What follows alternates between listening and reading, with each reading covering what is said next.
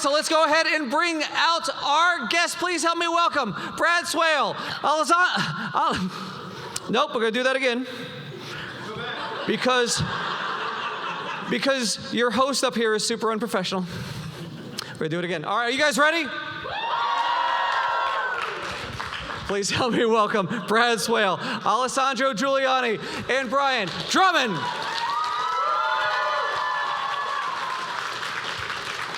Woohoo! So many rules. This is a lot. Must be a Death Note panel. Welcome, guys. I say welcome to Texas, but you know, it's kind of what you guys do, right? Thanks for having us. Yeah, happy to be here. First time in Austin, though, and it's been fabulous so far. Yeah. I'm still recuperating from last night's meat sweats at the barbecue. Woo! You serve it up well here in town, I'll tell you. Thanks for that. Right? Like this. Hey, meat sweats! All right, this place is all about food, so like I hope for you guys have been able to get some of that in there, right? We did last night. Tonight's night 2. Tomorrow will be night 3. We'll be packing more than just our carry-ons home. Where are you going tonight? I don't know. Any recommendations? Yeah, any recommendations where they should go tonight? Where should we go for dinner tonight? Oh, we've gone in third row. Yeah. Do you like sushi? We come from Vancouver, so we we get have a the lot best of good sushi in the world. I feel like we should have something more like in the local kind of. Yeah, if you tell us about sushi in the middle of the desert down here and we're from Vancouver, it's going to be hard to pull off what we... Range 616. It's, I forgot where it is exactly, but it's very good food. Ranch 616. Stored away. Amazing. Look, we're getting recommendations already. Yep. I love it. What was that? Gus's World Famous. We went by Gus's World Famous fried chicken on our walk the other day. Yeah. Okay, we'll have to check that out. Yeah. So it is world famous, at least in this here, at least in Austin. So, guys, I have to know, just for starters, how many Death Note notebooks have you been asked to sign over time, and how many have you refused to sign? Plenty. To the first one, yeah, I've killed myself over and over this weekend and previous weekends as well. I'm a death god. I cannot die. I'll sign them all. Stupid story, though. Like, when we were recording Death Note, I got invited to my first convention while we were recording the show, and I showed up, and so people were bringing Death Note things to sign, and at some point, somebody plopped a Death Note book in front of me, and I was like, oh, amazing, awesome, I'd love to sign. Wait a second. And I could just see the headlines like, you know, anime voice actor mysteriously perishes before finishing recording Death Note series. I'm like, ooh, what do I do here? So I signed a fake name. And then I just like crossed out some letters. I'm like, let's hear the name. It was Braggadocio Swaile. And then I just like crossed out a couple. Like, there, it kind of says Brad Swaile. And I did that. I'm not a superstitious guy, but I did that until we finished recording the last episode. And then I'm like, now I can officially, you know, throw caution to the wind. He didn't care about life. He just wanted to keep the gig. That's an actor right there. I will not be recast because of some horrible tragedy involving a Death Note. It's too ironic. With a show like Death Note, and there's a lot of layers to, you know, your characters, especially at the beginning, finding the book, deciding what to do with it. How difficult was that to put out for the first time before you really knew what you were getting yourself into? Just looking at me. Well, technically, we didn't put it out for the first time. We dubbed the show. It was done before we ever got there. Something that it's kind of a unique plus when you're working on anime series is even if you don't have that much knowledge of the show going in, and sometimes we're given some materials beforehand, sometimes not at all. Sometimes we'll receive the translated scripts like a day before. But one benefit that we have working on anime series is the animation's already done. And because they bring in, for a show like this, they bring in one actor at a time, we have these incredible visuals to work off of. So even if you're a little confused as to what's going on, a lot of times you'll kind of be set straight by just looking at the picture and seeing what's going on. But I think what you're talking about more is the, I guess, the character development and whatnot. And a unique experience for this series, too, was the audition for it. I was given one page of dialogue, but they had taken excerpts from episode 1 all the way up to episode 37. So on one page, I could see the story arc of Light from mild-mannered Japanese student to maniacal laughter and insanity. And I'm like, I want to play that role. And luckily enough, I did. Did you guys audition for? Did you audition for Elle, for Ryuk, and you guys as well? Yeah, it's a strange process. I don't remember being sent any visuals for the characters, just the sides, like not the pictures of them. So all I knew was these were humans. Like I've been auditioning for lots of other crazy anime where there's monsters and different characters and, you know, superpowered beings and Saiyans and stuff like that. But this show was just dudes. I was sent the audition for Light's dad and probably a couple of other detectives. I might have read for Elle. I actually don't remember. I don't think I auditioned for Light. I'm a little older than these guys, so they put me in the category of slightly older males on the show. But when I showed up in the studio, unlike Brad having time to prepare with his full page of dialogue from the whole show, I saw a picture of Ryuk on the wall at the studio, and was like every actor, how come I'm not auditioning for that guy? Like he looked so cool. And as soon I went into my audition into the studio, and I asked the director, "There's this evil demon-looking guy picture. I didn't get sent the sides for him. Can I read that guy as well?" And Carl, who directed the show, he's a fabulous guy. We'd worked with him on a lot of other projects. He was like, "Oh, yeah, sure, you can read him. Just take 5 minutes and go quickly look at the sides and then come back in with an idea. Just 1-2 notes. He's not the bad guy. He looks like it, but he's not the bad guy of the series, and he has kind of a funny laugh, a different, interesting laugh." I was like, "Oh, so okay." And then I came in and I auditioned for Ryuk, and I didn't get any of the other, and all the other parts, but the role I got was Ryuk with my little 5 minutes to prepare. Sometimes when you got to think fast, you do some of your best work, but that's how that one happened for me. Yeah, the casting process is such a strange alchemy, but I know that for sure I read for Light. I'm sure I read for Matsuda. I'm sure I read for other parts. I don't totally remember, but I think they got the casting right. Yeah.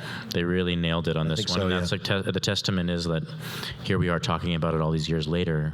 The chemistry, even though we were never in the same room at the same time, the chemistry was right in this particular dub, and we're all fortunate for it. Now, I thought I was a shoo-in for Misa, but then Shannon showed up, and she can really sing, so like that's off the table. So I guess I'll be Light then. Everyone in Vancouver thought he was a shoo-in for Misa. Yeah, right? Yeah. Still hurts a little bit. Has the perception of your characters changed over time? That's a good question. Has our perception of the characters changed? My perception of the show, I think, has changed over time, because when we were doing this, there was no clue that we would have this kind of a response to it and this many people that just loved this show. No idea. We're just trying to be professional, and every time we walk in the room, we really want to hope we're doing our best job, making the scene work, whatever's happening in front of us, whatever we're seeing in front of us, listening to our directors, in all hopes of still keeping that job and getting the next one down the road. We strive for that as performers, and I think there's a great group of them in Vancouver that do that work. But I think I still feel pretty similar to what I thought about who Ryuk was from the moment I started doing him in the show to what I feel about who he is now. I mean, I don't know if it's changed a ton. I'm endlessly fascinated by Elle, and I feel like we could use more Elle in the world for sure, like more Elle content. Bring it on. But again, like Brian, my perception of the show has changed. The ripple effect of it obviously is way more than we could have ever imagined. And I think, I think I didn't fully comprehend how far the show's reach was until someone showed me online a YouTube video of Elle, the character.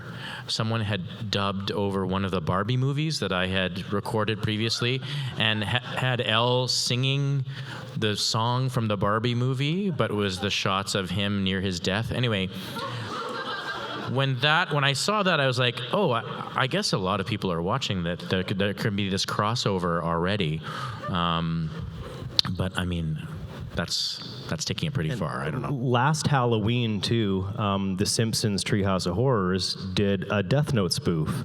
And the fact that happened so long after we originally recorded it kind of speaks to the longevity of the show. And the fact that it seeped into Simpsons culture really kind of reflects on the popularity of the series. Not only that there was an anime spoof on Simpsons, but it was Death Note specific. I mean, pretty incredible. It's even seeped into musical theater now with the Death Note musical, which is starting to tour the world by force. I'm going on a little Europe trip to London, Italy in September here, and they extended it a week at another big theater, but I'm still missing it by about 3 days in London, unless they extend it again. It was only supposed to be 3 nights, and then they've added a week to it, but I'm looking forward to actually seeing it because it's got some surprisingly great music in it, and it's very interesting. Yeah, you have to remember when we did it, it was before the real advent of, the social meds and all of that.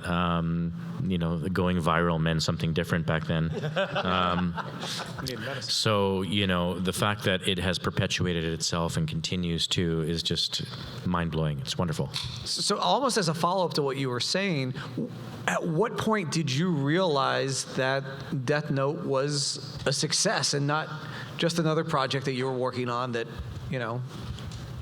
Well, yeah, kind of what I said. When I started realizing that it was having an effect because when we did it, I was aware of its popularity originally in Japan a little bit, but to be blunt, it was just another gig. Like, it was a gig, and we were doing it, and probably if I had known then that millions of people were going to watch it, who's to say that You'd have tried harder? I wouldn't have thrown it away so much. But throwing it away worked out great for Elle. It worked out really well. So he just sounded bored all the time. No,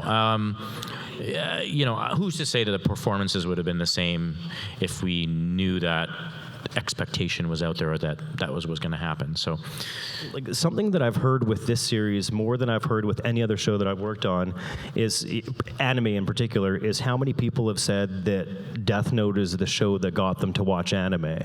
And it's a very common thread. I hear it everywhere I go, and I've never heard that as much with any other series I've worked on than this one. And that's really incredible. Like, that speaks to the specialness of this particular series. People that are, have a bad opinion of anime, and then they have that friend that's like, just try Death Note, just try it, just try one episode, and it becomes like a gateway drug to a lot of other. Even family members, fandom. people said, my mom would just leave the room if anime was on, but then I said, just watch this one with me, and now she's loves it. She's totally into it because she loved Death Note. Or a sibling that would never watch any, but they watched this one with me. And like you said, a friend, anime's weird, and then they'd watch Death Note. So it's surprising gateway, as you said, yeah. Bringing people closer together since 2006.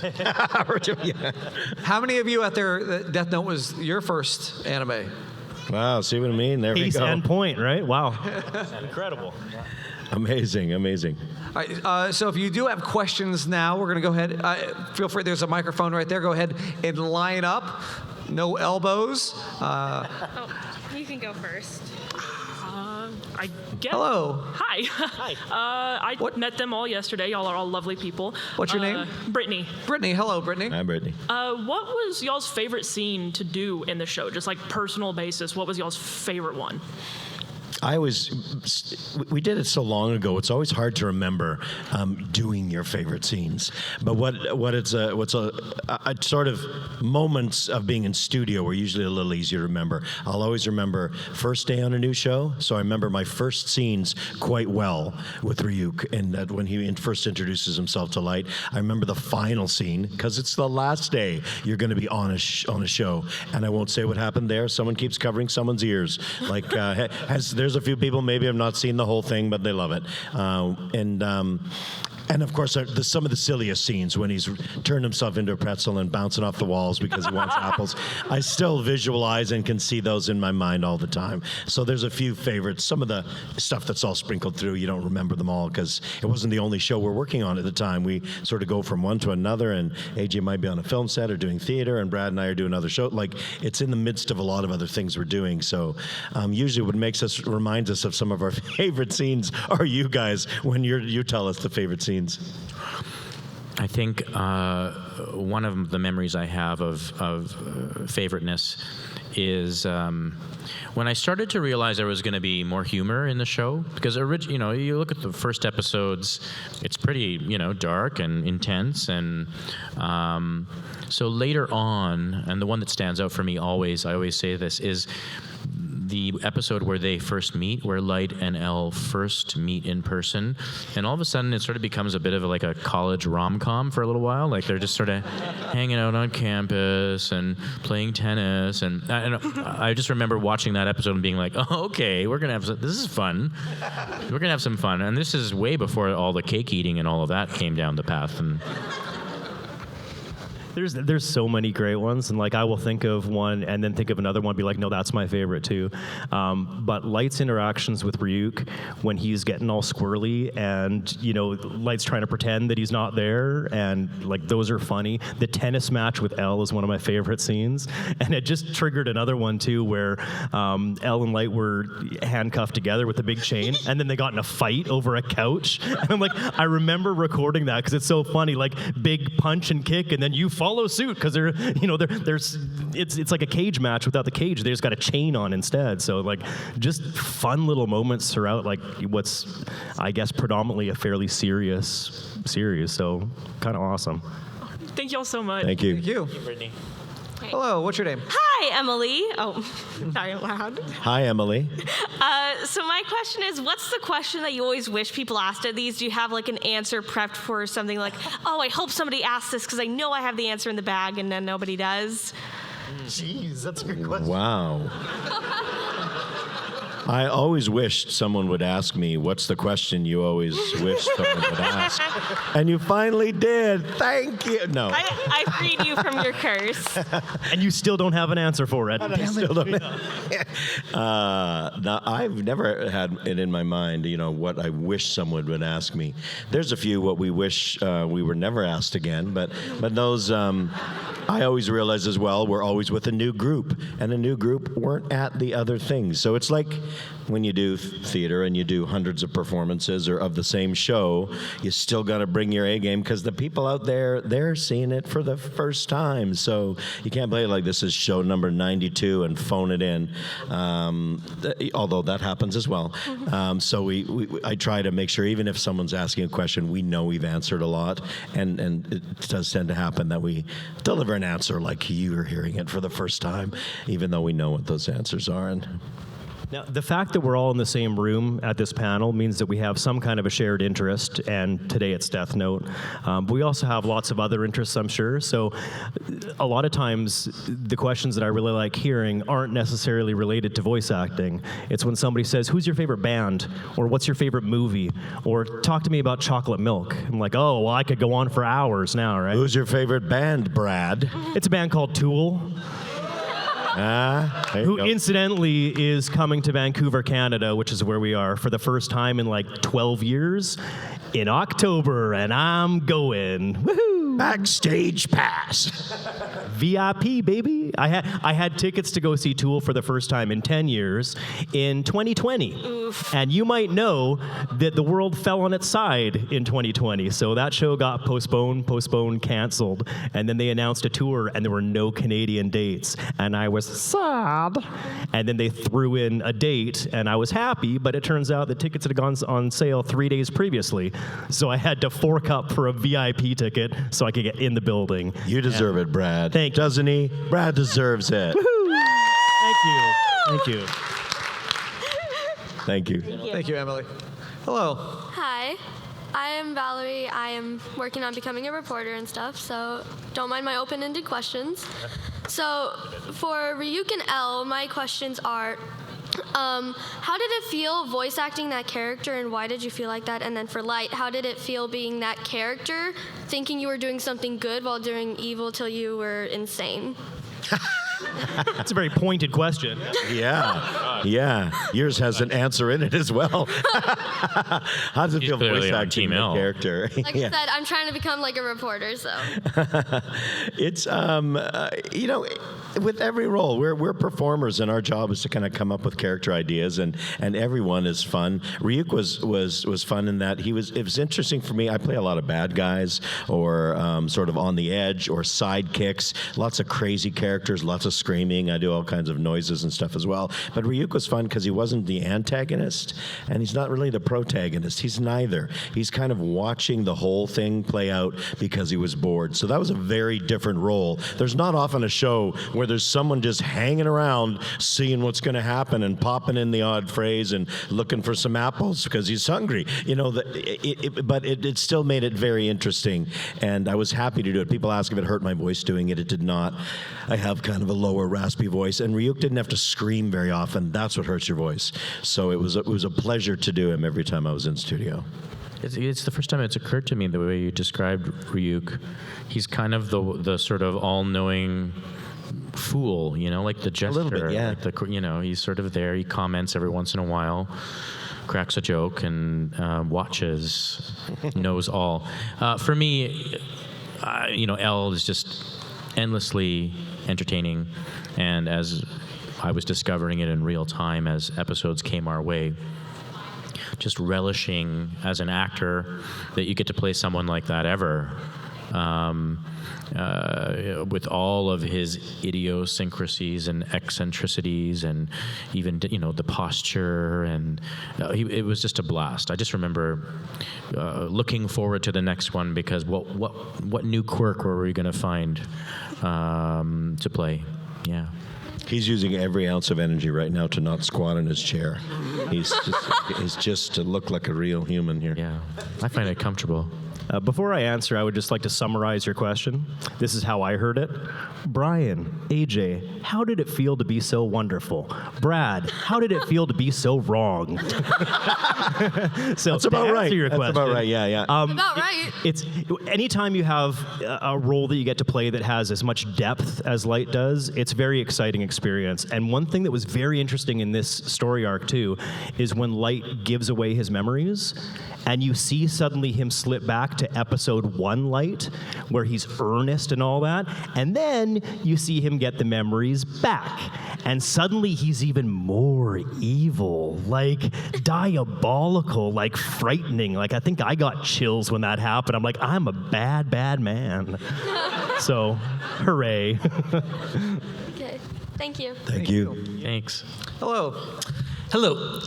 Sorry. My name's John. My question for the three actors, and I know you actually might have just answered this, but I'm going to go ahead anyway. Right. The one thing that has made Death Note so endearing over the years has been the dueling ideologies of justice that are represented by both Light and L. Now, obviously, it's been a while since you guys voiced the voiced the characters, sorry. And I guess just looking back, do you guys find yourself, siding with one over the other, or do you just kind of watch it and like, I already know how this ends, it doesn't even matter to me, or?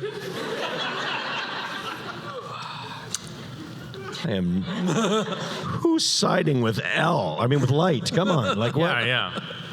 Yeah, what? Just one guy, really? There's a few Light fans out there. Light fans, they need to seek some therapy. Thank you. See? We're all going to dinner later. You guys aren't invited. Sorry, there was a question in there. There was. I mean, just like which one do you think better represents the sense of justice that we're supposed to take away from the show itself? I don't think we're supposed to take anything away necessarily. I think what makes the show is that it forces you to confront your allegiances constantly, and who do you side with, and that can change over the course of the show. It plays in those shades of gray. and between the dark and the light. There's a lot of dark in L. There's light is innately light because of his name. It's not all ironic. He starts out with very altruistic ideas and doesn't become quite so diabolical till later. And I think because of that, it draws people in because it's demanding of an audience a certain engagement and conversation. It's not like I don't think you can watch it necessarily and just forget about it. It's not disposable in a way. There's been many people who have come up to our tables at these conventions we've been going to for this last year who've said that they, watched the show, that it was a big part of them going into criminology and getting a degree, pursuing that very notion of justice in their own lives. So I think I think you're right too. I think this series seems to leave us with more questions than provides us with answers. And the fact that we're still having the same debates today as we did in 2007, 2008 is pretty incredible. And we've also met a few folks who were like, I really wish I just had a death note because of the guy that cut me off in traffic this morning. I swear if it was real. Yeah. Thank you. Thank you. Hello. Hi, guys. Good to see you. In case no one's told you yet, welcome to Texas. It's so good to have y'all down here. Yeehaw. Yes, yeehaw. My question's really for all three of y'all, of course. Death Note came out about a decade and a half ago. How do y'all think that being a voice actor, going to conventions, getting gigs, as you said, how do you think it's changed in the time that Death Note came out? Has it gotten easier, harder? What do y'all really think about that? That's very. Can I take this one? Yeah. That's a very interesting question. So, the very first anime series that I worked on was a show called Ranma 1/2. Yes. Which nice. Cool. Oh, that's amazing. At the time, very popular. And then I worked on another series called Gundam Wing, which at the time, very popular in North America. But when those shows came out, the notion of voice actors going to conventions and stuff was a little bit strange. So I went to some conventions back then, but they were fairly niche conventions, very different in appearance than the convention today. And even when Death Note came out, it seemed like there was still the stigma that if you're going to do a crossover show where you have on-camera actors and voice actors, you keep them in separate buildings. These guys get fancy food. These guys get scraps. Keep them away. Yeah, all that, right? And now, since Death Note came out, and it's really we've only started kind of doing these things again recently, but there's a very different perception of voice acting now. That I for a long time I was having people come up to me and say, "Oh, you were in a voice in a lot of shows that I like to watch. Have you ever done any real acting?" And I'm like, I understand what you're saying, but it's kind of like a knife in the heart when you do that. And I haven't had anybody ask me that question in a long time. It seems like because there's so much animation now, and Pixar kind of ruined everything because they started casting like big A-list Hollywood actors. But now people pay more attention to the people behind the voices, and it seems that there's just less of a poo-pooing attitude towards voice acting, and now so many more people want to get into voice acting. It's like they're looking down on you almost. Yeah, and that's kind of how it was. And I never cared. It didn't matter to me. I get to play, there's some people that have one role that they've done for a good stretch, and that's all they get because now they're typecast. And you got paid. Yeah.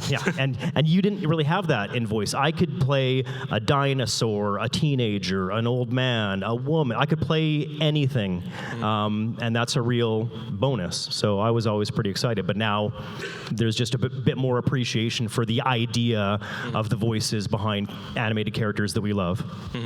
It's so true, Brad. I used to really look down on you, and now I don't anymore. And then I grew up a little bit. I didn't feel like I could be in the same room with AJ because he's a TV guy, and he would just not want to sit beside these voice actors. No, but there's a lot of TV people who'll be like, it'd be pretty sweet to get a good voice gig, wouldn't it? That didn't happen a while ago. So desirable. Yeah, because we knew the truth the whole time that it was the best gig. Yeah, for sure. It's pretty fun, but the industry has changed a lot. I'll give you a really short story about how much early on when I was auditioning, and this is probably in the mid 1990s or maybe even late 90s. They were doing a Teenage Mutant Ninja Turtles series and a live action one in Vancouver, not animated, but they wanted the voices for the characters. So did you guys audition for this? Probably. I auditioned for I went in and had a couple auditions. I went into one. And in my first audition, they asked me for, they said, well, we want this guy to be, I didn't know which character it was. We want this turtle to be, he's going to be a little bit more like Chandler from Friends.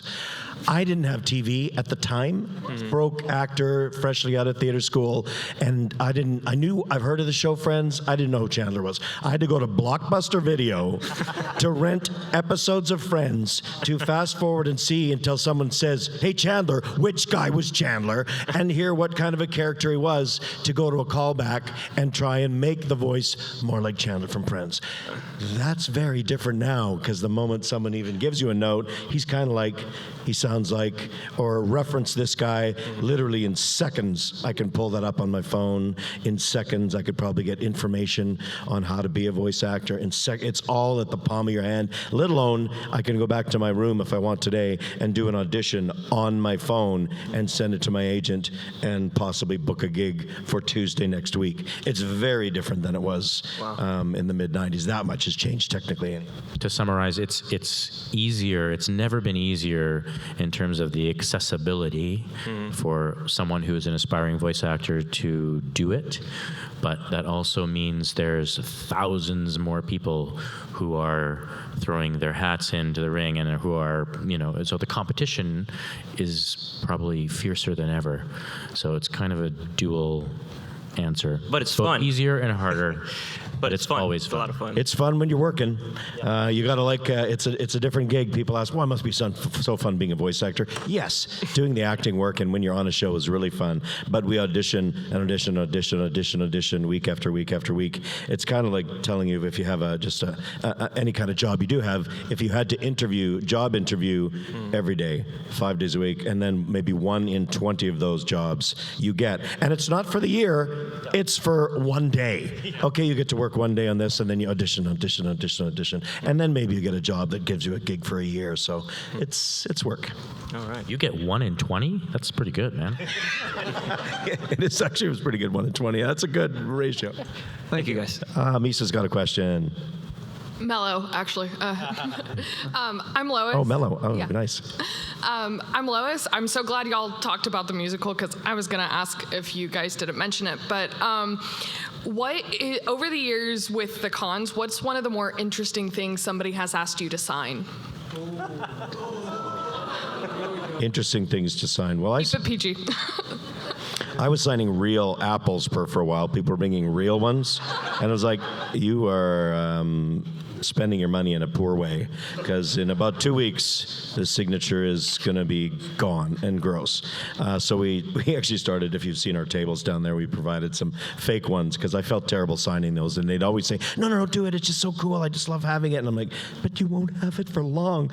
That was an odd one. We've signed some body parts, only in like legs and a lot of people have tattooed my signature by like a Ryuk tattoo on a calf or something, and they want me to sign it, and then they tattoo it after. Those are always strange, to know that my signature is tattooed on someone's leg somewhere, wandering the earth right now. Probably about 100 people. It's really weird. No one has asked me to sign any cake yet, which I'm surprised at. Candies maybe might work, yeah. Your lineup's too long. The cake's gone by the time they get to you. Can you sign these crumbs? I don't know. It's tricky. I think it was today. I signed an arm with the idea that it's going to get tattooed, which is very strange. Is that the first time you've done that? No, and the strangest thing is that's not the first time that's happened. I know. But like one of the weirdest things that I've signed or autographed was a Ford Mustang. I know, right? And it's not like you can bring that into the convention floor or anything, right? So, Like the outside? an actual Mustang right on the the horn, essentially. So there was a girl who was a big fan of one of the Gundam series that I worked on. I think it was Gundam Seed Destiny, and she had named her car after one of the Gundams that one of my characters piloted. So she wanted an autograph on it, and I was so, honored that I'm like, oh, absolutely. Okay, well, once we're done here, I'll, go outside and I'll sign your car if you want that. And she's like, absolutely. So, I kind of got finished up, and then she's like, all right, come with me. I'm like, okay. And so we're going outside, and it's not parked on the street or nothing. It's in a parkade. So, okay. And it's kind of late and dark, and so now we're going to this underground parkade. They get murdered. And I'm like, did you manage to park where there's no other vehicles? Okay.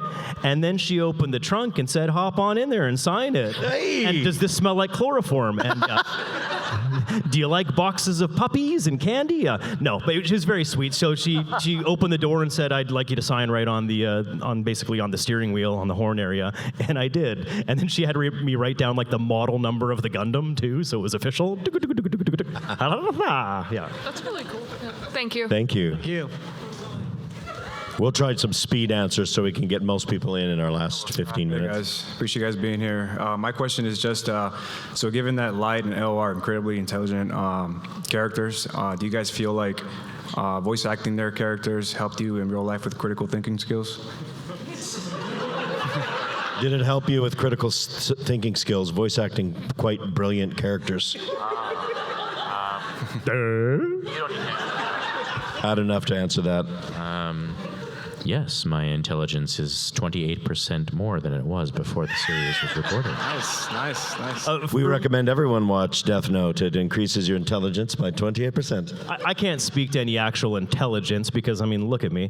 But one thing that was amazing working on that show and that character, it was so much free therapy. Because I got to go in there and scream and be maniacal, and I would walk out of studio feeling like a new man. I gained 10 pounds from eating pastries in the studio, and you got free therapy. Nice. I've kept the doctor away with an apple a day for 15 years. Nice. Cool. All right, next question. Thanks, guys. Hello. Hello, my name's Armando. I'm also a voice actor. Haven't booked anything big yet, but I'm still trying. Yes. This doesn't have to be from Death Note, but I know sometimes when we do lines, we get physical. I don't know if y'all do too, or we do poses, things. Or is there a favorite physical thing you like to do, or a pose? Or if you don't do that, is there like a specific sentence you say to yourself to either get into character or a voice that you want to do? Like, is there a favorite one that you got? Favorite things that we do to get into character. Usually not. It doesn't matter for dubbing because you record by yourself, so there's no one else in the room with you. But I'm known for being a bit of an arm flailer and mover.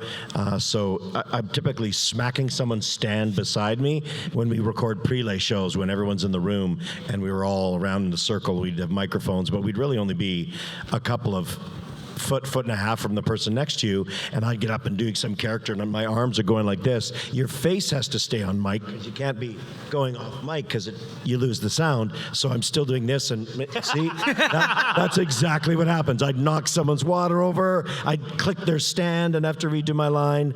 So I do like to be physical while acting, and people usually shift their stand away from me a bit when I roll into studio. I have been told that I gesticulate and move around a lot, but I'm unaware of it in the moment. Like, I'm not thinking like, oh, what I'm going to do here is do this move for this. It's just like a reflex, or it's totally inadvertent. It's just a way of like, you have to do some blood-curdling scream and you do something to get your body into it, or but yeah, I've never, fortunately, as far as I know, been filmed doing that, but I'm sure it would be quite the sight. It does become kind of second nature. You don't really notice what you're doing to get into certain voices or whatever. But kind of to what you're talking about, I worked on a series called X-Men Evolution, and it was nice, awesome. And it was an American. So did I. Gambit. I got fired from it. Cyclops. But for that, because all the actors are in the room, it was really cool to kind of be able to look around the room, and especially if there's like a big epic battle scene, and nobody's standing up there like this. You got Scott McNeil O'Neill playing Wolverine, and he's like this.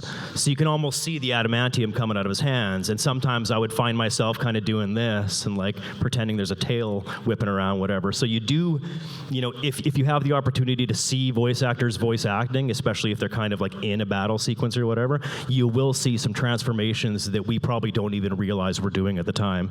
It's just one of those things that happens. Cool. It's pretty cool. Thanks. Thanks, man. Thanks, man. Good luck. So we got a little bit less than 10 minutes left, so we're going to try to get through as many as possible. Okay, rapid fire. Rapid fire. Okay, I was just wondering how it was working on the Japanese live action movies compared to the anime. It was great. Next question. Go.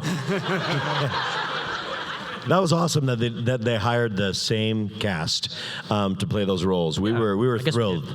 We did a testament to the dub that we did, they that decided, came back you to know us. what, you guys will work for the live action characters. Well, mine was CG, so I didn't have as much work as the live action guys go, because there's a lot of lip movement in anime usually, way less lip movement with a Japanese voice actor. Like, it's very minimal, so trying to make our North American big mouths and big vowels fit, the Japanese formation of mouth while they're talking, they did a great job. I had a lot more freedom there with Ryuk. I grew up watching a lot of horribly dubbed Jackie Chan kung fu movies, so I was really nervous as to how it was all going to come together because they bring in one actor at a time. We had no idea, but a handful of us from the cast went and watched the limited theatrical release of those movies, and I found that I was pleasantly surprised by how it worked in live action format. Because there were such talented actors working on the series, everybody changed their projection or their performance to match what was happening on screen, and I thought it worked really well. Thank you. Awesome, thank you. Hi, y'all. My name is Calvin. I'm also interested in voice acting, so it's something I want to kind of get into. So I admire y'all's work. And my question is, are there any roles that you've gotten in the past where you thought going into it, oh, this might be kind of a challenge? I'll audition. I don't know if I'm gonna get it. Or are there any that you've gone into? You're like, I feel like I could nail this. Challenge, or that usually any role that's been played before numerous times, it's always a little nerve-wracking for me to play it. One I really wanted, and I did get, that's been played numerous times, was Wolverine, when I played him in about 5 different features. That one I was thrilled to get because I wanted to play him, but I know he's been done a lot of times before. And most recently, I play Eggman in Sonic Prime, and that had been played for quite a while, and still is in the games and many other things, by Mike Pollock, who's phenomenal, and numerous other great actors previous to Mike even.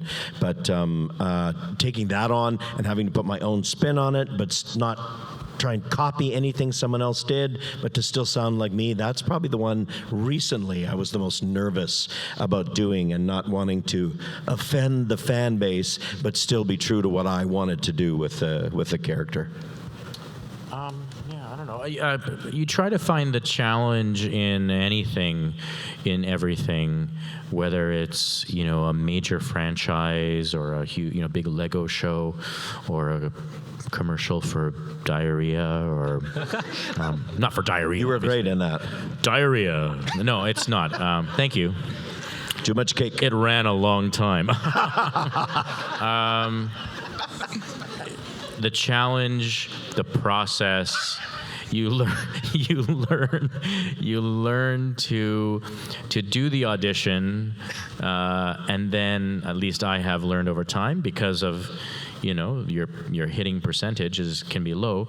You learn to try to relish and find the enjoyment in the challenge of anything, to make it interesting for yourself, because that is one of the big gifts of it, right? Is that you never know what your next assignment is going to be, so try to enjoy the journey, and not get too caught up in being too result oriented, and which is hard, which is a lifelong challenge for sure. Yeah, my trick is to try and, when you submit an audition, try and forget about it immediately, because if you're just waiting for that phone to ring, it will drive you nuts, and it's happened to all of us.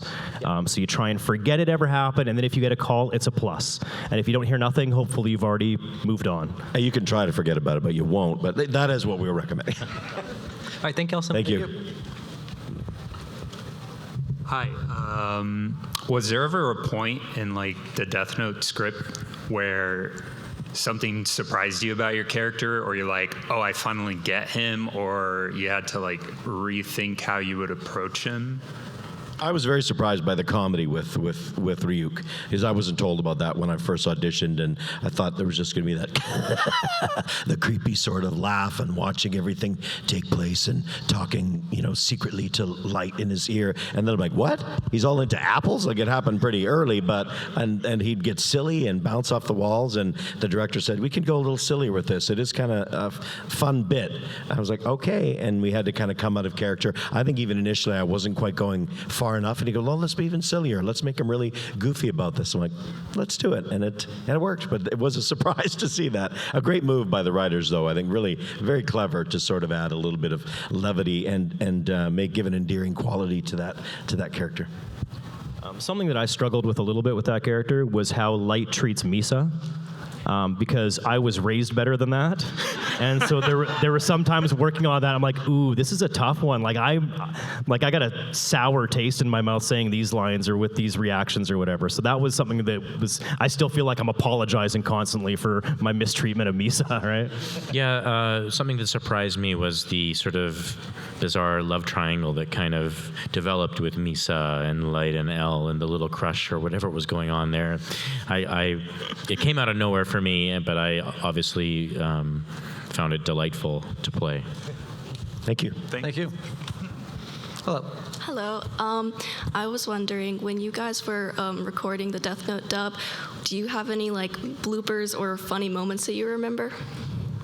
Those are always hard to remember because I think we were recording it before you were born.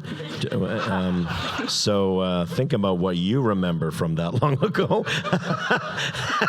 I usually, I think the directors probably remember so much more about things. I think I remember attempting to try to eat apples to make the crunch sound a few times, but the challenge when you get a good bite sound, but lots of times in anime, they don't naturally animate the proper amount of chewing and swallowing that a human needs to finish that job. So you kind of go, and it's a good sound, but then you're like, I got a mouthful of food, and he's not chewing anymore. He just kind of goes, and he gulps it down. And I'm like, so it didn't really work because I'd go, I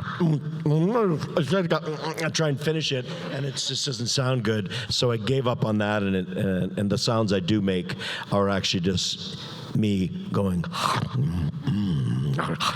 making that kind of weird noise. I did bring real pastries and muffins and cakes into the studio with me when I realized this was going to be a thing. I can't remember any bloopers per se, but I'm sure there were many crumbs that I left in my wake. There's a rat problem at Ocean Studios now, still from... No one wanted to be in the studio after me, I don't think. One of the last sequences in the series, Light's in kind of a bad way, and so I wanted it to be really disgusting. So I brought in a combination of a fruit cocktail and chocolate milk, and I would take a swig of both of them and then deliver the performance with all the guttural sounds and all that kind of stuff. And it went really well. It was perfectly disgusting. And then I got called back in to do some pickup lines for the series, and they said, Brad, we really loved what you did there, but we're going to go ahead and re-record it because it's just too gross. And I'm like, you nailed it. Thank you. Thank you.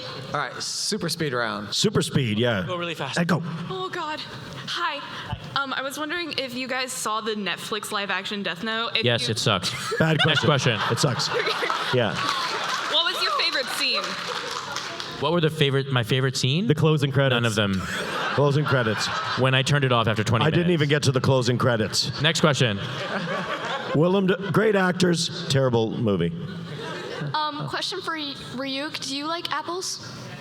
I love apples. Someone came to my table earlier today. It's my favorite fruit, and that's all I had for breakfast. I was munching on them behind my table, and they thought it was a funny little bit I was attempting to do. And I'm like, no, it's breakfast for Brian.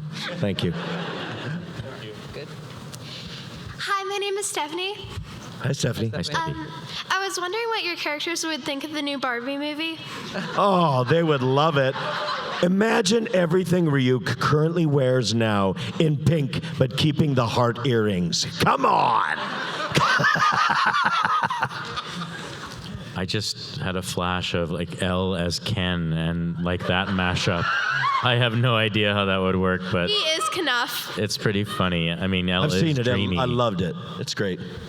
I haven't seen it yet, so I'm not going to be super helpful. Oh, but now all I'm picturing is like Malibu light. Like I could see that. Yeah. Like Elle in like a pink mesh shirt, you know, long sleeve shirt or something. Yes. Thank you. Thank you. We did it. We did it. We did it. And you had a nap, and we had a panel.